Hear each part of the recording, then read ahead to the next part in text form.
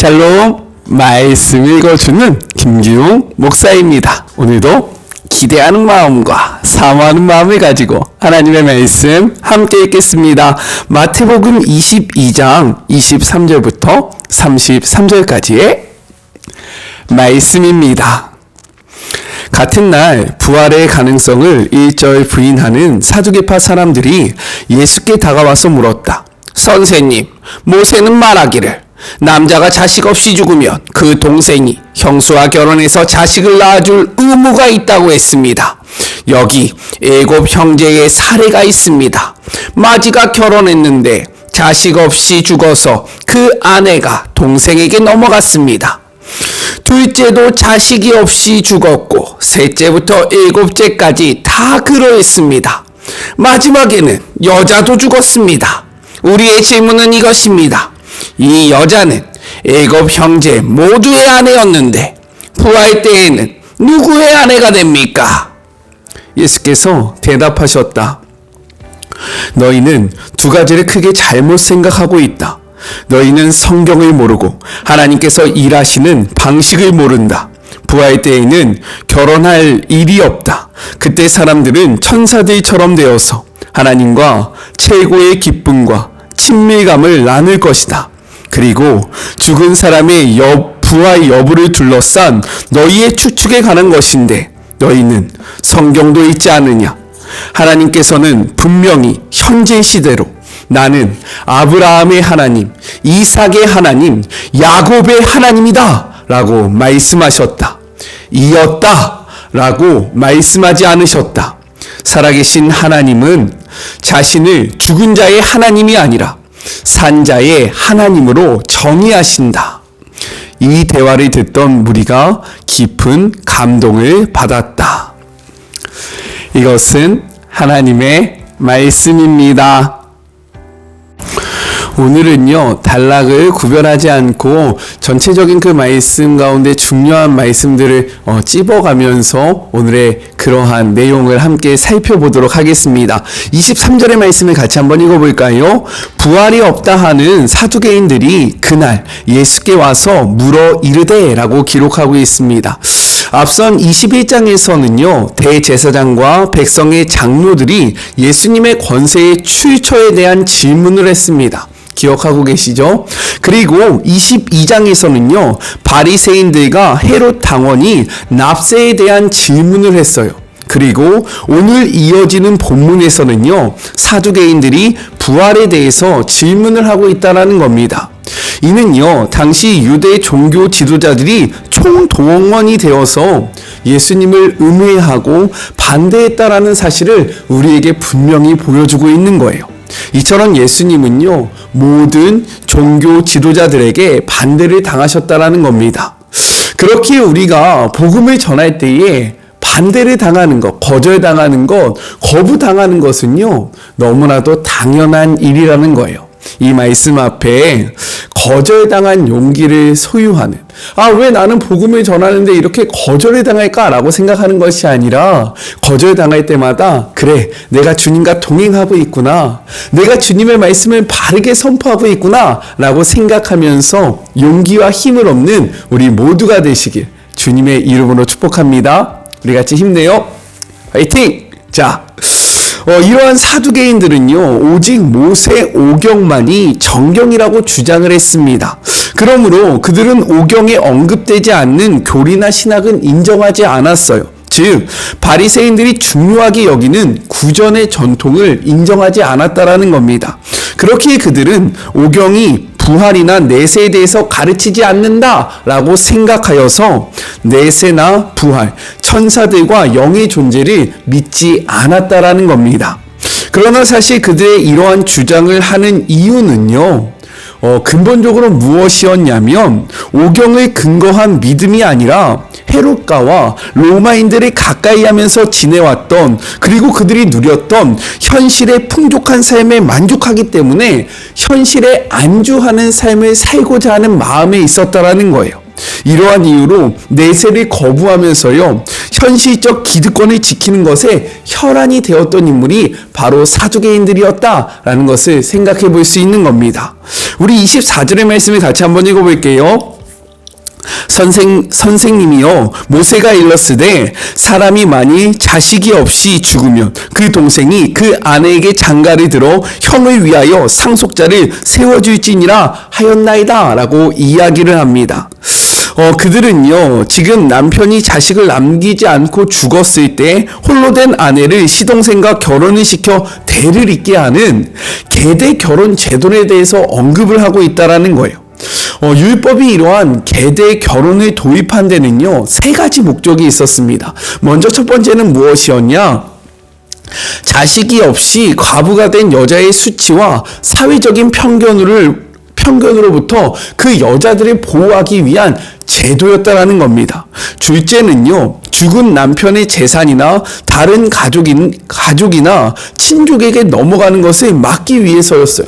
남편이 죽으면요, 아내에게 그것이 넘어가는 것이 아니라 그 대를 이을 수 있는 남자들에게 넘어갔었는데, 자식 없이 죽게 되면 어떻게 됩니까? 남편의 재산이 다른 친족에게 넘어가게 되었다라는 거예요. 이것을 막고자 하여. 왜 이것을 막게 되었냐면요, 하나님께서 땅을 배분하여 주시지 않았습니까? 그런데 이런 것들이 잘못 되어지면 한 민족이 땅이 없어지는 일이 벌어질 수 있다라는 거예요. 이러한 것을 막기 위해서 무엇을 시작하였냐? 계대 결혼 제도를 시작했다라는 거예요. 그리고 셋째는 무엇이냐? 죽은 사람의 이름과 명예가 보존되게 하기 위해서 이러한 계대 결혼 제도를 허락하신 겁니다. 그러나 사두개인들은요, 이 같은 율법의 취지에는 관심이 없었고 오직 자신들의 사상을 주장하기 위해서 계대 결혼 제도를 언급하고 있다라는 거예요.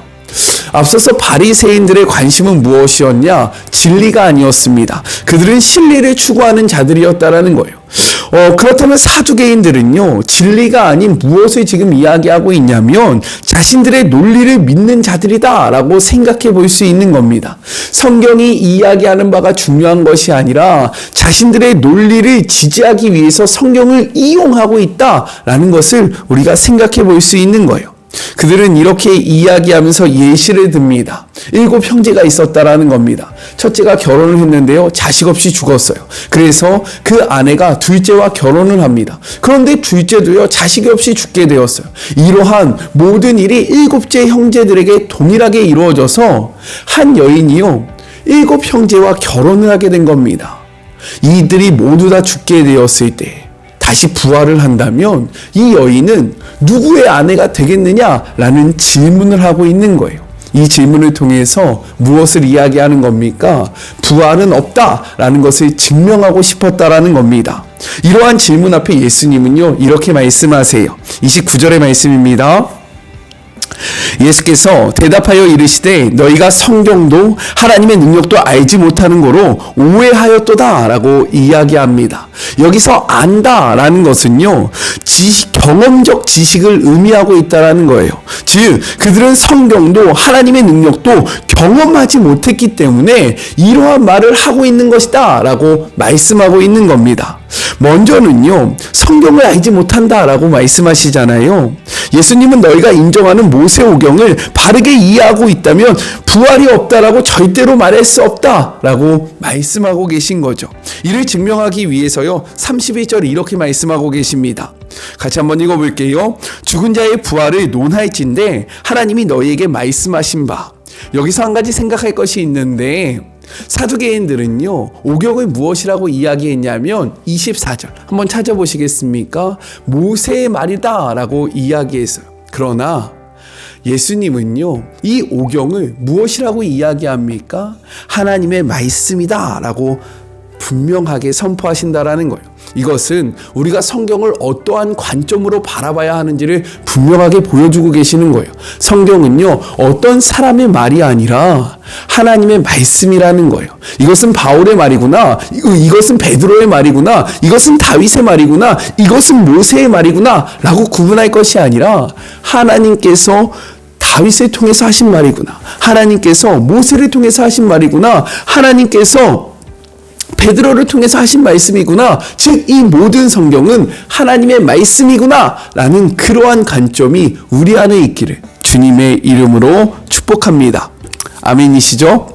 우리 이어서 32절도 같이 한번 읽어볼까요? 나는 아브라함의 하나님이요 이삭의 하나님이요 야곱의 하나님이로라 하신 것을 읽어보지 못하였느냐. 하나님은 죽은 자의 하나님이 아니요 살아있는 자의 하나님이시니라 하시니 라고 이야기합니다. 이는 사두개인들이 너무나도 잘 알고 있는 성경의 말씀이었다라는 거예요. 왜요?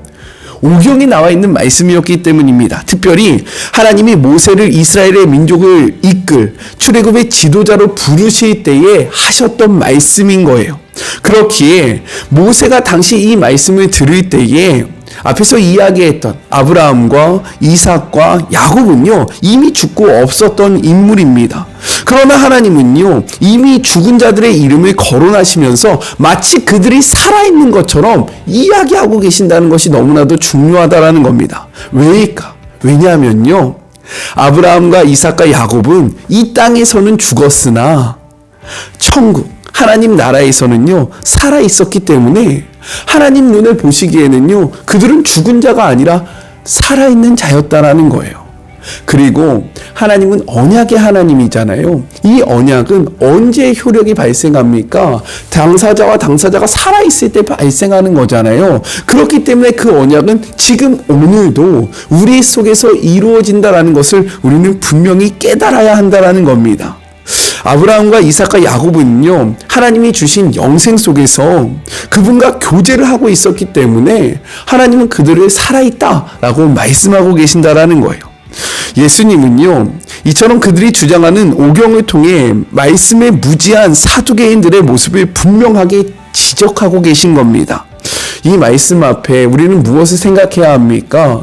우리도 말씀을 말씀으로 온전히 바라보는 것이 아니라 우리의 유익을 위해서 편집하고 있지는 않습니까? 성경이 무엇이라고 이야기하고 있는지에 초점을 맞추는 것이 아니라 나의 주장을 뒷받침하기 위해서 성경을 사용하고 있지는 않습니까? 그러한 모습이 있다면 오늘 이 말씀 앞에 우리의 모습을 내려놓기를 주님의 이름으로 축복합니다.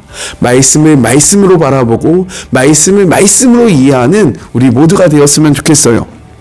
이어서 하나님의 능력을 알지 못한다라고 이야기하고 계십니다. 이는 하나님의 전지전능함을 믿지 못하는 것을, 깨닫지 못하는 것을 나타내는 거예요. 우리가 믿는 하나님은요 어떠한 분입니까? 말씀으로 온 땅뿐만 아니라 온 우주를 창조하신 분이라는 거예요. 이 땅의 주인 되신 분이 바로 우리의 하나님이라는 겁니다. 그러나 그들은요 이러한 하나님이 과연 죽은 자를 살릴 수 있을까? 라는 그런 하나님의 능력에 대한 의문이 있었다라고 이야기하고 있는 거예요. 즉 하나님을 제대로 알지 못하기에 하나님을 경험하지 못했기 때문에 그들은 이렇게 이야기하는 것이다 라고 말씀하고 있는 겁니다. 예수님은 30절에 이렇게 말씀하십니다. 부활 때에는 장가도 아니가고 시집도 아니가고 하늘에 있는 천사들과 같으리라 라고 말씀하고 계세요. 사두개인들은요 부활을 믿지 않았어요. 그리고 이 부활을요 우리 자신들의 그러한 시각과 이 땅의 개념의 연장선상에서 바라봤다라는 겁니다. 그러나 하나님께서 허락하신 부활은요 우리가 감히 상상할 수도 없고 우리가 감히 생각할 수도 없는 그러한 영역이라는 거죠. 본래 결혼은요 독신으로 사는 외로움을 해소시키고요 그리고 인류를 보존하고 번식시키기 위한 목적으로 하나님이 제정하신 그러한 신성한 제도였다라는 겁니다. 하지만 부활 때에는요 이 땅과 달리 외로움도 없고요 결코 죽지도 않기에 종족이 번식할 필요도 없는 곳이기 때문에 결혼 제도는요 필요하지 않다라고 말씀하고 있는 겁니다. 또한 결혼은 사람이 이 땅에서 누릴 수 있는 가장 큰 친밀함을 제공하는 것인데 부활한 후에는요 하나님 나라에 속한 모두가 함께 좋고 함께 친밀함으로 결혼이라는 제도가 필요 없다라고 이야기하고 계시는 거예요. 이렇듯 하나님은요 예수님은 하나님의 놀라운 능력을 우리가 생각하는 그 생각에 담을 수 없다라고 이야기하고 있습니다. 그런데 우리는 어떠합니까? 하나님을 우리의 생각에 가두려고 할 때가 너무나도 많다라는 거예요. 한번 말씀을 통해서 우리가 생각을 해볼까요? 출애굽을 할 때에 뒤에는 애굽의 군대가 쫓아오고 앞에는 홍해가 막혀 있을 때 이스라엘 백성들은요 자신들이 죽는다라고 이야기했습니다. 왜요? 홍해가 막고 있고 뒤에는 군사가 있기 때문인 거예요. 그런데 하나님은 어떻게 역사하십니까?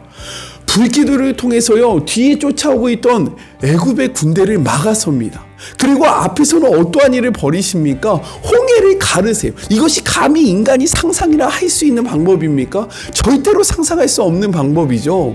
우리는 전쟁을 할 때 어떻게 하면 이긴다라고 생각합니까? 우리가 좋은 무기를 가지고 있거나 혹은 우리가 싸움을 엄청 잘하면 우리가 이긴다라고 이야기해요. 하지만 이스라엘 백성은 어떻게 싸웠습니까? 모세가 하나님을 향하여 손을 들면요, 전쟁에서 이겼어요. 하지만 손을 내리면 전쟁에서 졌다라는 겁니다. 우리의 생각과 전혀 다른 방식으로 하나님은 일하신다라는 거예요. 또한 여리고성을 무너뜨릴 때 이스라엘 백성, 하나님께서 이스라엘 백성에게 말씀하신 것이 무엇입니까? 아무 말 하지 않고 하루에 한 번씩 그 성을 돌라는 거예요. 그리고 마지막 7째 날은요, 7번 돌고 소리를 지르며 그 성이 무너질 것이다 라고 이야기하십니다. 이것이 감히 우리의 생각으로, 이 땅의 보편적인 상식으로 가능한 일입니까? 절대 그렇지 않다라는 거죠. 신약으로 건너와서 어떻습니까? 예수님은요, 물 위를 걸어 다니십니다. 말이 돼요? 말이 되지 않아요. 우리의 생각으로 감히 상상할 수 있습니까? 아니요, 상상할 수 없어요. 5,000명이 배고파하고 있을 때 그들에게는요, 물고기 2마리와 보리떡 5개밖에 없었다라는 거예요. 근데 예수님은 어떻게 말씀하십니까? 그들에게 먹을 것을 주겠다라고 말씀하세요.